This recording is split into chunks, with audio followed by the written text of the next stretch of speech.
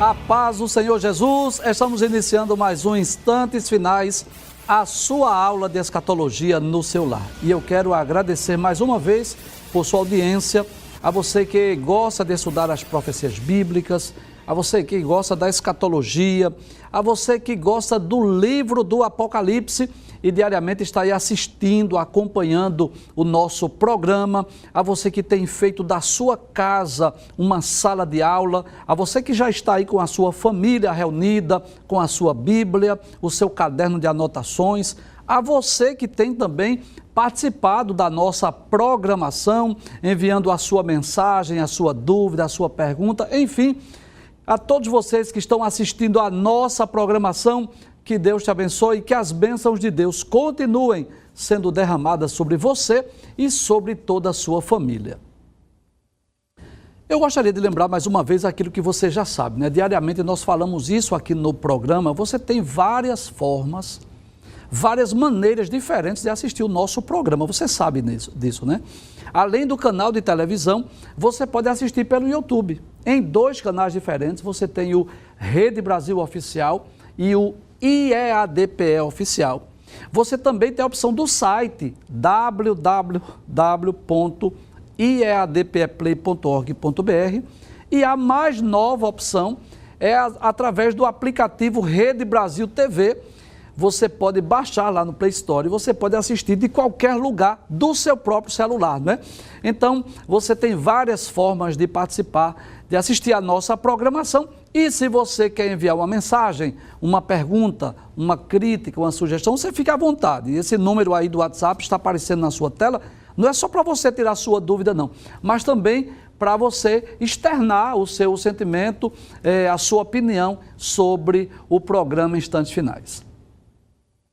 Se você está assistindo diariamente ao nosso programa, você sabe que nós estamos estudando o Apocalipse, versículo por versículo. Nós já estudamos 14 dos 22 capítulos do livro. Tem se tornado também para nós uma experiência maravilhosa, porque cada vez que nós lemos, cada vez que nós estudamos a Bíblia, né, nós vamos descobrindo coisas novas, o Espírito Santo de Deus vai nos ensinando, nos lembrando, né? E eu gostaria de dizer que para nós também tem sido uma experiência maravilhosa, mais uma vez, estudar este livro. Há alguns anos atrás, nós já tivemos a oportunidade de comentar os 22 capítulos do livro, mas desta feita estamos fazendo diferente, né? Vez por outra, nós damos uma pausa. Na realidade, eu tenho procurado, né, não só explicar o livro do Apocalipse, mas trazer uma aula de teologia mesmo, não só de escatologia, mas de teologia, né? Então, vez por outra, nós estamos até abordando outros temas que estão dentro do texto. Claro, estamos abordando temas, mas desde que esses temas estejam de acordo com os textos bíblicos, né?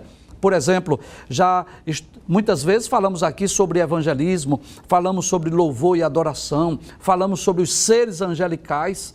Então, é uma oportunidade para que você tenha literalmente na sua casa uma sala de aula, você possa tirar suas dúvidas e até no programa, né, no segundo momento, segundo bloco do programa, nós estamos respondendo perguntas que, embora a temática do programa seja escatológica, mas vez por outra estamos também respondendo perguntas de vários assuntos além da escatologia. E o nosso desejo, claro, você sabe, é que você possa ser edificado, que você possa crescer espiritualmente e, se você ainda não é cristão, que você possa receber Jesus como seu Salvador pessoal. Então, estamos comentando o capítulo de número 15, que são apenas 8 versículos, mas que tem uma riqueza de detalhes, né? É por isso que nós estamos já há alguns programas nos detendo neste assunto por conta da riqueza dos detalhes destes 8 versículos do capítulo 15. E, como você sabe, antes de nós darmos continuidade ao texto, nós vamos relembrar aquilo que vimos, né? Nós explicamos até o versículo de número 3 e iniciamos a explicação do versículo 4. Então vamos relembrar rapidinho os versículos 1 a 3 para darmos continuidade a partir do versículo de número 4. Muito bem, abre essa tela por gentileza. Muito bem. Se você tem uma Bíblia, você pode até conferir aí. A epígrafe, o título do capítulo 15 é esse, os 7 anjos com as 7 últimas pragas. Nós já explicamos isso. No livro do Apocalipse existem 3 séries de juízos, 3 séries de julgamentos. São 7 selos, 7 trombetas e as 7 taças. E, volte a tela, por favor. A descrição desse derramamento das taças, na realidade, está no capítulo 16, que nós ainda vamos estudar. Mas estamos explicando o capítulo 15, que é uma espécie de uma introdução desta visão maravilhosa de João. Vamos relembrar os versículos 1 a 3? Pode abrir a tela, por gentileza? Então, João diz assim: vi outro grande e admirável sinal no céu, ou seja, outra visão, outra aparição maravilhosa, outra visão extraordinária que João teve quando estava lá na ilha de Patmos. E que visão foi essa, João? Ele diz: 7 anjos que tinham as 7 últimas pragas, porque nelas é consumada a ira de Deus. Nós já explicamos, pode trazer a tela, por favor? Nós já explicamos isso, que quando ele diz as 7 últimas pragas, é porque essa é a terceira e última praga desta série de juízos do período tribulacional. No versículo de número 2, pode passar a tela, por favor? Aí João diz assim: e vi um como mar de vidro misturado com fogo. Então, na realidade, era uma espécie de um piso diferente que João viu lá no céu, que não há nada aqui na terra que nós possamos comparar. Não há nenhum porcelanato, nenhuma cerâmica, nada que possamos comparar. Ele disse que era como um mar de vidro misturado com fogo lá no céu, ele viu isso. E viu também aqueles que saíram vitoriosos da besta. Nós já explicamos. Sair vitorioso da besta significa dizer aqueles que não aceitaram a marca da besta, não aceitaram a religião do falso profeta e foram mortos, né? Foram mortos. Esses que aparecem lá no céu são as almas dos mártires. E o texto diz, né? Saíram vitoriosos da besta e da sua imagem e do seu sinal e do número do seu nome. Eu vou dizer isso em outras palavras. Em outras palavras, João estava dizendo assim: eu vi um piso como se fosse um piso de vidro misturado com fogo, algo maravilhoso que eu não sei comparar com o material da terra. E vi aqueles que saíram vitoriosos da besta, ou seja, aqueles que não adoraram a besta, aqueles que não receberam o sinal da besta, aqueles que não adoraram a sua imagem, aqueles que não receberam o número da besta. E onde estava essa multidão? Ele diz: estavam junto ao mar de vidro e tinham harpas nas mãos. Pode trazer a tela, né? E, inclusive nós dissemos, essas harpas falam de cântico, de louvor, de adoração, que eu já expliquei aqui, mas permita dizer mais uma vez: no céu não vai haver evangelização, no céu não terá aula de teologia, no céu não haverá manifestação de dons espirituais, mas no céu haverá louvor e adoração pelos séculos dos séculos. Versículo de número 3, que é o texto que nós já iniciamos. Essa grande multidão que João viu, aqueles que saíram vitoriosos da besta, eles cantavam o cântico de Moisés. E até nós pedimos aí para o telespectador ler Êxodo capítulo 15, que aquele cântico, tudo nos leva a crer, não é? Aquele cântico que Moisés entoou quando os filhos de Israel atravessaram o Mar Vermelho. Então, a passagem do Mar Vermelho está no capítulo 14 do livro do Êxodo e no capítulo 15, aquele cântico de Moisés. E o que representa este cântico? Representa uma libertação. Os filhos de Israel que saíram lá do Egito e foram levados, né, até a terra de Canaã. É o cântico de vitória, é o cântico de libertação, esse cântico de Moisés. Nos leva a entender que esses que vão entoar esse cântico falam exatamente dos filhos de Israel, dos judeus que serão salvos. Mas é interessante que ainda no versículo 3, ele vai falar sobre o cântico do Cordeiro. E quem é o Cordeiro? Claro, Cristo, Jesus. E esse cântico do Cordeiro fala, pode trazer a tela, por favor, de uma libertação ainda maior, que foi a libertação do domínio do pecado, a libertação do domínio de Satanás. Então, enquanto que o cântico de Moisés representa os filhos de Israel, aqueles que foram libertos lá do Egito, O cântico do Cordeiro fala dos crentes da nova aliança, fala dessa libertação espiritual, a libertação do poder do pecado, do domínio do pecado, da condenação do pecado, a libertação de Satanás. Ainda no texto, vamos voltar ao texto, ver o que o texto diz assim, e como é que eles cantavam? Como era essa música, esse hino? Aí João descreve que esta multidão estava cantando e dizendo, grandes e maravilhosas são as tuas obras, Senhor Deus Todo-Poderoso. E eu posso lembrar que foi exatamente nesta frase que nós paramos o último programa. Nós dissemos aqui que Deus deixou uma marca no universo. Que eu não preciso ver a Deus para crer que Ele existe, porque as suas obras provam que Ele existe. Eu citei o exemplo de um quadro numa galeria, que você não precisa ver o pintor, mas você sabe que aquele pintor existe. Quando você está viajando, que você passa por um viaduto, por exemplo, talvez você não tenha visto aquele viaduto sendo construído, mas ali, naquele viaduto, tem o trabalho de arquitetos, de engenheiros, de profissionais de várias obras, pedreiros, mestres de obras. Quando você vê um edifício muito bonito, você não precisa ver as pessoas trabalhando nele. Se você passou por um prédio e viu aquele prédio que lhe chamou a atenção, você sabe disso, que aquele prédio não pode ser obra do acaso, que alguém construiu. Houve o arquiteto, houve o trabalho de engenheiros, houve o trabalho de pedreiros, de eletricistas, de encanadores, de pintores, de profissionais de diversas áreas diferentes. Aí eu pergunto para você, se um viaduto, se um prédio ou um quadro não pode ser obra do acaso, eu pergunto, será que o planeta Terra, esse planeta que foi criado dentro das condições para que seres humanos possam viver, será que é obra do acaso? Será que é obra do acaso nós inspirarmos oxigênio e expirarmos gás carbônico e as plantas fazerem o inverso? Inspirarem gás carbônico e expirarem oxigênio? Será que isso é obra do acaso? Claro que não. Então, Deus deixou a sua marca, e eu disse aqui no último programa, se você estudar o corpo humano, ou se você estudar o universo, ou se você estudar a natureza, você vai comprovar isso. Deus deixou a sua marca.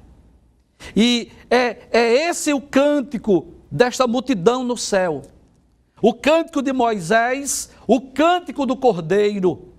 E eles vão dizer, volta o texto mais uma vez, por gentileza. Aí eles vão dizer assim, grandes e maravilhosas são as tuas obras, Senhor, Deus Todo-Poderoso.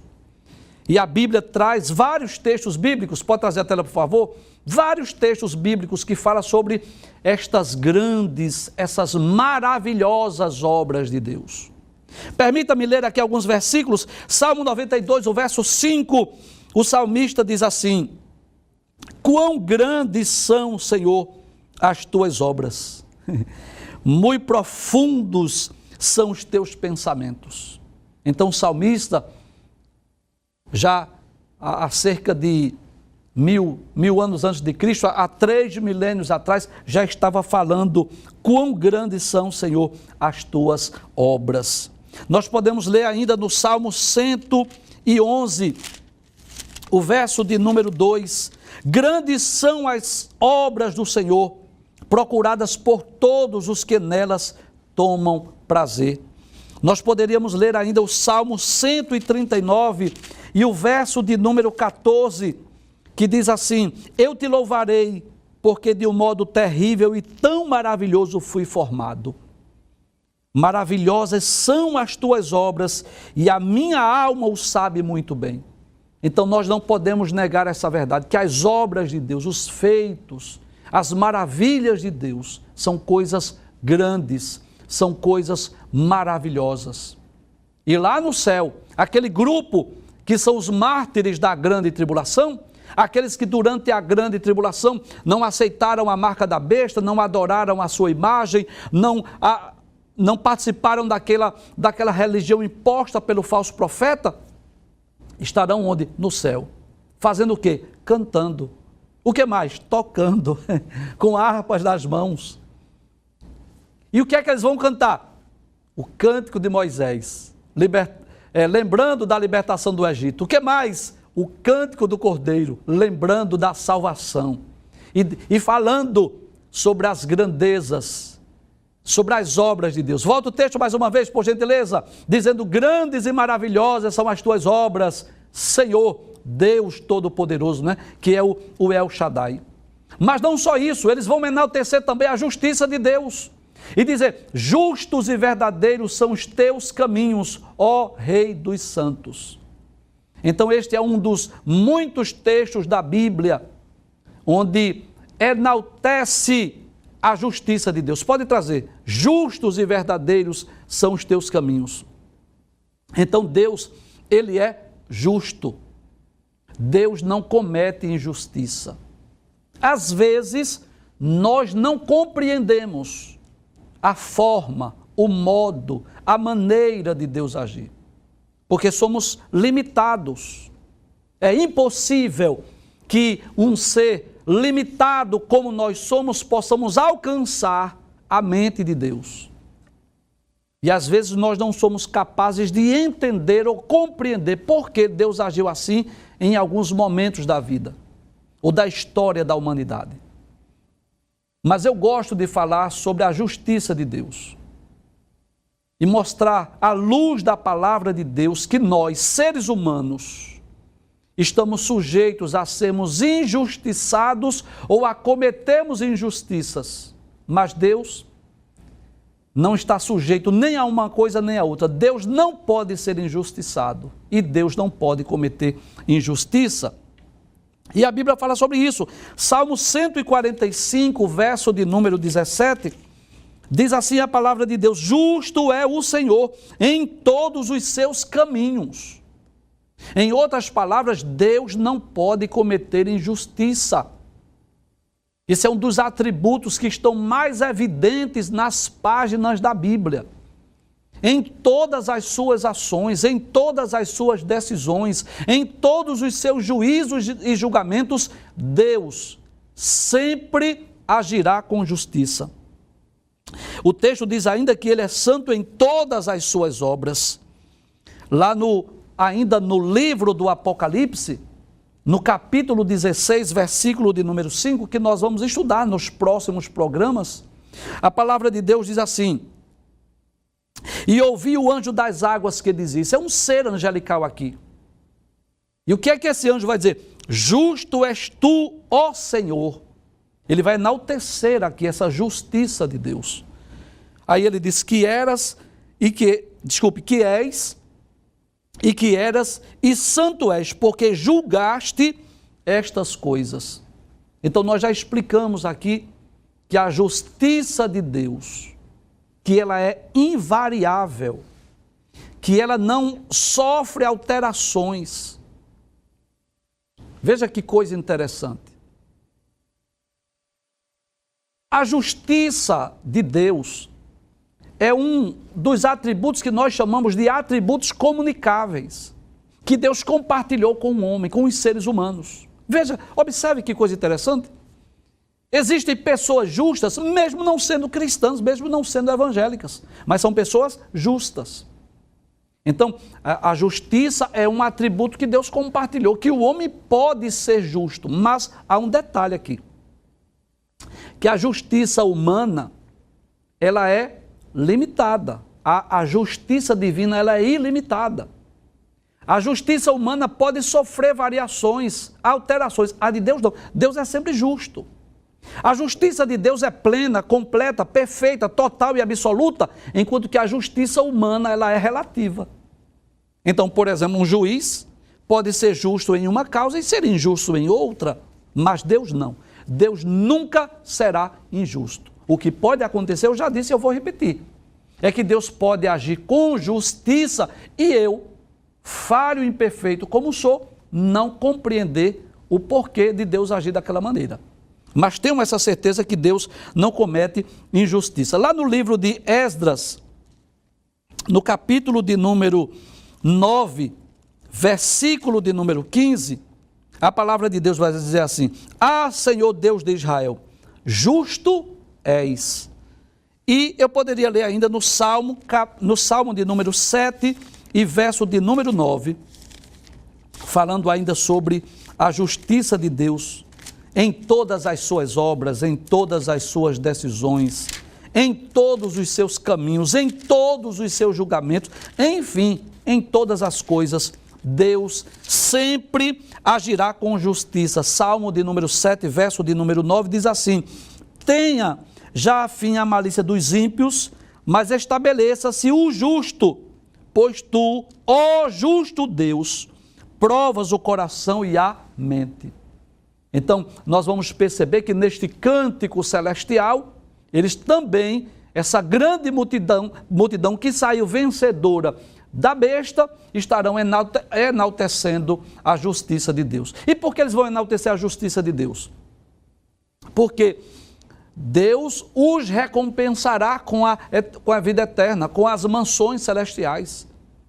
Então, aqui na terra, eles foram perseguidos, eles foram mortos.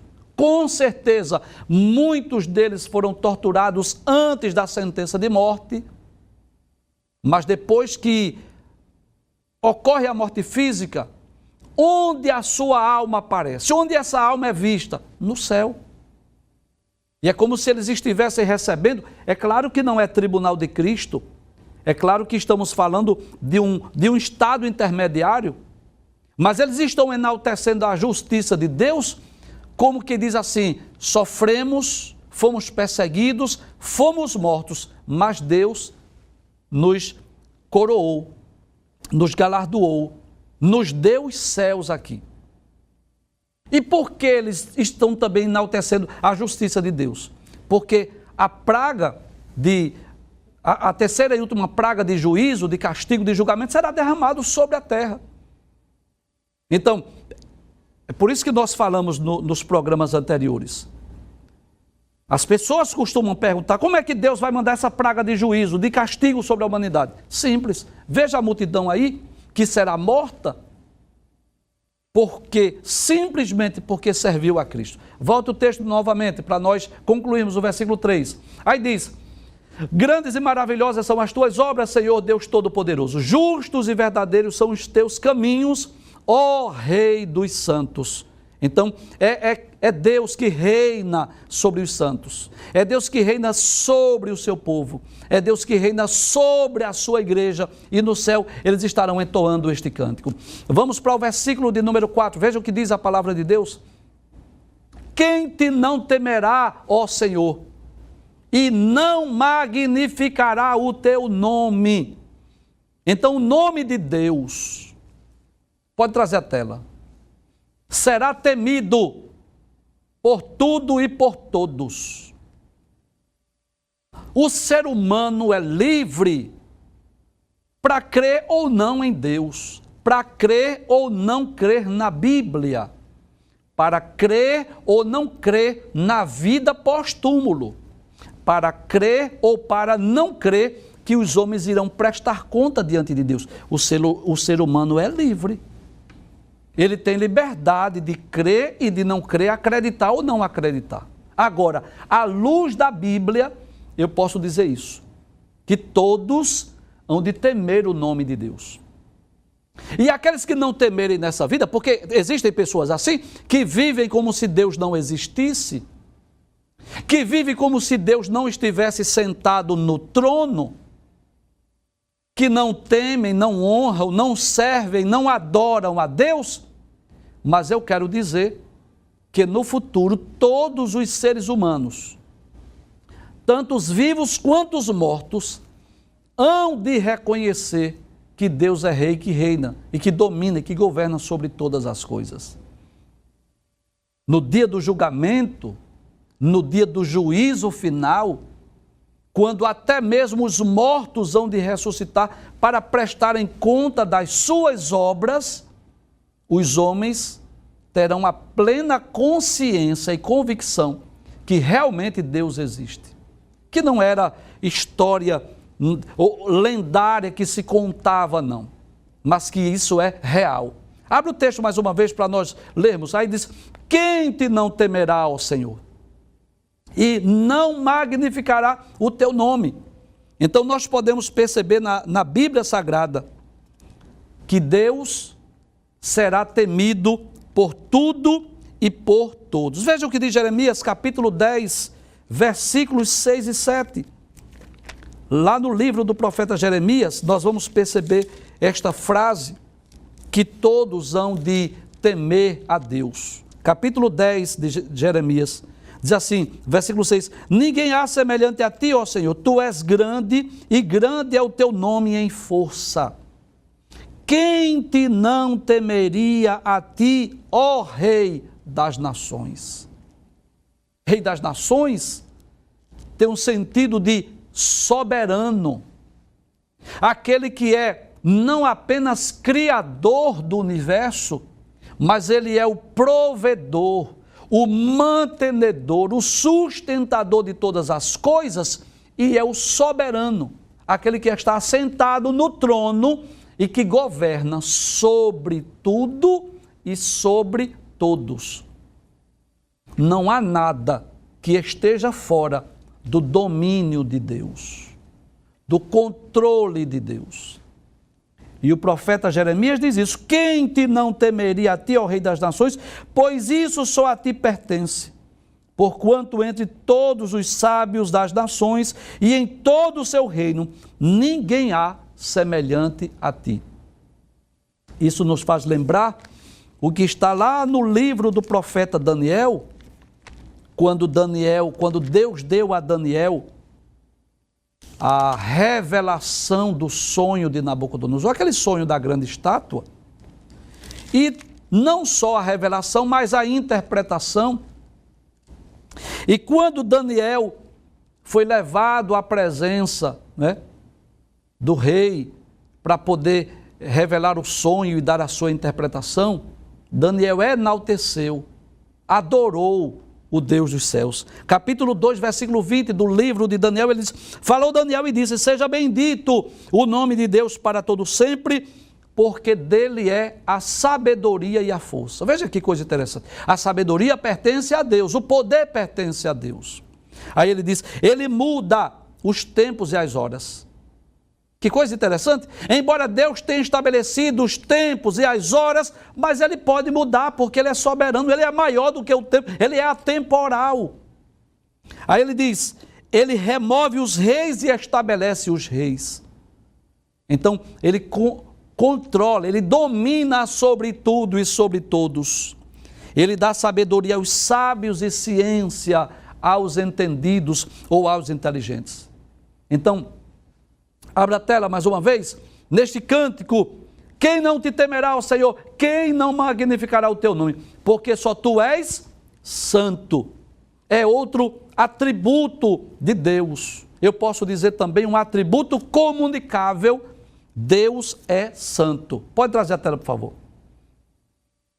Então veja que esse cântico celestial, essa multidão de salvos, que é visto lá no céu, acima deste piso lá, que era como que aquele piso, como se fosse um mar de vidro misturado com fogo, eles estavam glorificando, eles estavam enaltecendo.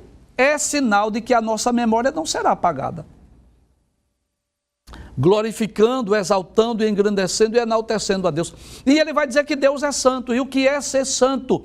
A santidade de Deus significa dizer que Deus é completamente separado do pecado. Deus é completamente separado do mal. Deus é santo no sentido pleno, no sentido completo, no sentido perfeito. E aí eu volto a dizer o que eu falei acerca da justiça.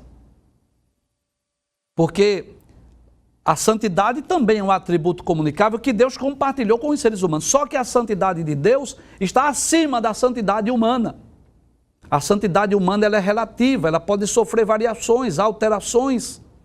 O homem pode hoje ser mais santo do que ontem ou o inverso. Hoje ser menos santo do que ontem. em Deus não, a santidade de Deus é inalterável. Deus é completamente separado do pecado. Deus não pode pecar, Deus não pode mentir, Deus não pode fazer nada que venha contrariar a sua lei, que venha contrariar a sua santidade. E a Bíblia deixa isso bem claro. Primeiro livro de Samuel, capítulo 2, versículo 2, que é exatamente o cântico de Ana. Depois que Ana concebeu, capítulo 2, versículo de número 2, veja o que Ana diz: não há santo como é o Senhor. Glória a Deus. Porque a santidade de Deus, ela é perfeita, completa, total, absoluta. Nós poderíamos ler ainda lá no Salmo de número 22, o verso de número 3, que também fala sobre esta santidade de Deus. 22 e 3. Porém, tu és santo, o que habita entre os louvores de Israel. Também está aqui enaltecendo, engrandecendo a santidade de Deus. Volte o texto mais uma vez. Aí diz: quem... Pode abrir a tela, por favor, o texto mais uma vez? Pode abrir, por gentileza. Quem te não temerá o Senhor e não magnificará o teu nome? Porque só tu és santo. Por isso, todas as nações virão e se prostrarão diante de ti, porque os teus juízos são manifestos. Que coisa interessante.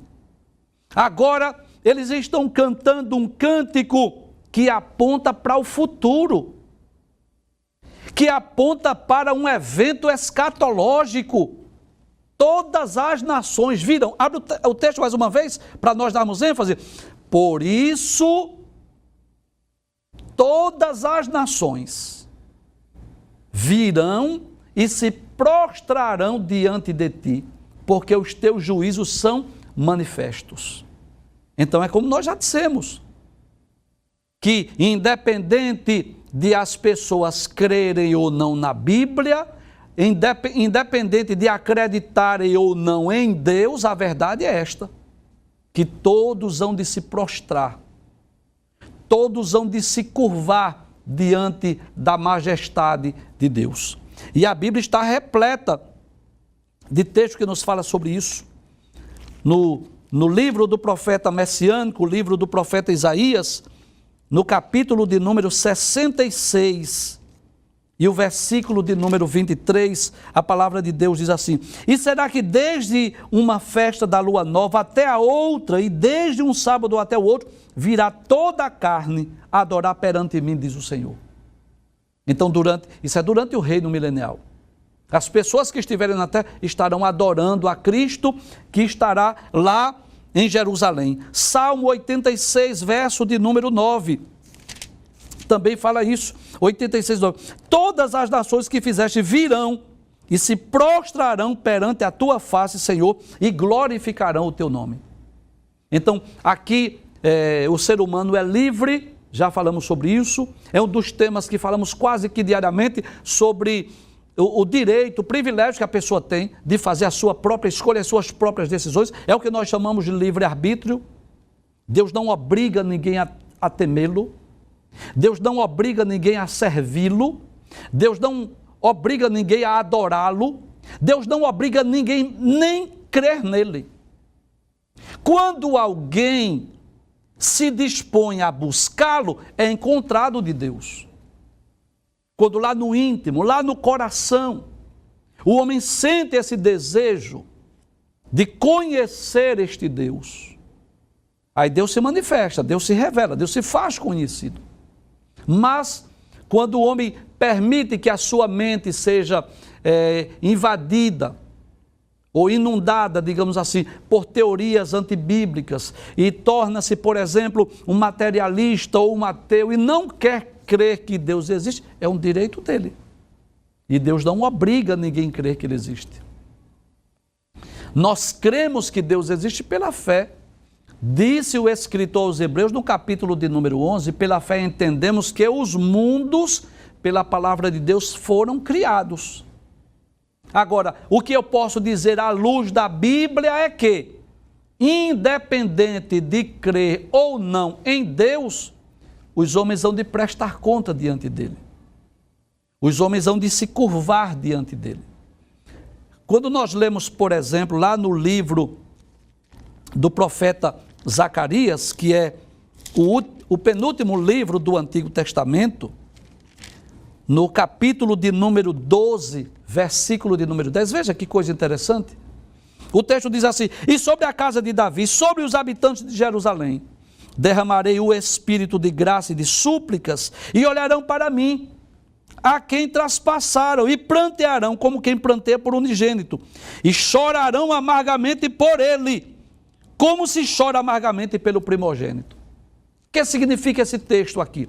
Esse texto fala daquele momento em que os judeus estiverem cercados pelos exércitos das nações confederadas, na ocasião da batalha do Armagedon, quando os mísseis das nações que estiverem sendo lideradas pelo anticristo estiverem todas direcionadas para Jerusalém, que Jerusalém estiver prestes, pronta para ser destruída, quando não houver nenhuma esperança humana de resgate, de livramento, descerá Cristo sobre as nuvens do céu com poder e grande glória.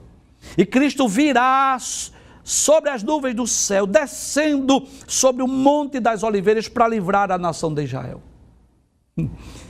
E quando os israelitas e quando os hebreus olharem para aquele socorro que literalmente vem do alto, aquele socorro que vem literalmente lá do céu, eles vão chorar amargamente, porque eles vão lembrar que este que está descendo sobre as nuvens do céu em socorro deles é o mesmo que os seus pais lá no passado crucificaram. É o mesmo que no passado, quando Pilatos perguntou: quem dos dois quereis que eu solte? Jesus, chamado Cristo, ou Barrabás? Eles disseram assim: solta Barrabás. Que farei de Jesus, chamado Cristo? As multidões disseram assim: crucifica-o. E Jesus foi sentenciado à morte, escarnecido e crucificado. E é esse mesmo Cristo que vai descer. E o que é que nós queremos concluir? Os judeus não creram. Os judeus não acreditaram que ele era o Cristo Messias. Mas no futuro, eles vão descobrir isso. Eles vão saber que aquele que eles mataram é o Cristo que vai descer em favor da nação de Israel. E os ímpios, os incrédulos, os pecadores, os ateus, os materialistas que não creem na Bíblia, é o direito que eles têm de crer, de não crer, de acreditar, de não acreditar. Agora, não tenham dúvida do que está escrito na palavra de Deus, que um dia todas as nações, volte o texto que eu quero concluir nesse versículo, pode voltar o texto mais uma vez? Isso, por isso todas as nações, não são algumas, não é só Israel, não é só o povo judeu, são todas as nações, virão. E o que é que essas nações vão fazer? Se prostrarão, se prostrar é se curvar, é dobrar os joelhos diante de ti, porque os teus juízos são manifestos. Então, eu posso dizer, sem medo de errar, falando agora de evento escatológico, pode trazer a tela, por favor, que as ocasiões serão distintas. Alguns vão se curvar diante de Cristo na ocasião da sua vinda em glória, outros vão se curvar na ocasião do juízo final, mas todos eles hão de se curvar e reconhecer que o que a Bíblia diz é verdadeiro. E eu posso concluir citando um dos textos mais belos e mais extraordinários da Bíblia que eu amo. Paulo escrevendo aos Filipenses sobre a humildade, no capítulo 2, versículos 5 a 11, o maior exemplo de humildade que Paulo encontrou foi o de Cristo. E ele diz aos crentes lá de Filipenses, de Filipos: contanto que haja em vós o mesmo sentimento que houve em Cristo Jesus, que mesmo sendo em forma de Deus, não teve por usurpação ser igual a Deus, mas aniquilou-se a si mesmo, tomando a forma de servo e fazendo-se semelhante aos homens. E achado na forma de homem, foi obediente até a morte e morte de cruz. Mas Paulo continua dizendo, mas Deus o exaltou soberanamente e lhe deu um nome que é sobre todo nome, para que ao nome de Jesus se curve todos os joelhos dos que estão no céu, na terra e embaixo da terra, e toda língua confesse que Jesus Cristo é o Senhor, para a glória de Deus Pai.